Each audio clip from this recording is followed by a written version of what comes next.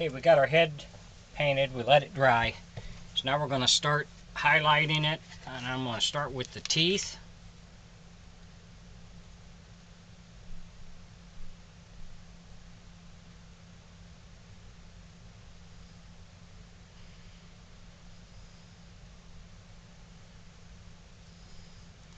But we'll do this. The white usually takes a couple of coats to do, but we'll do this, let it set, then we'll add some red, the lips and the eyebrows, the ears.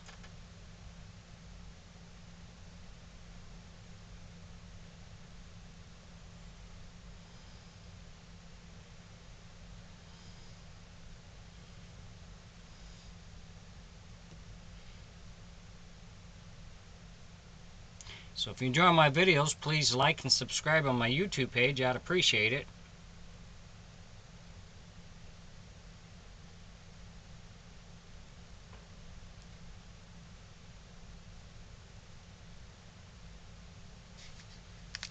Thanks for watching.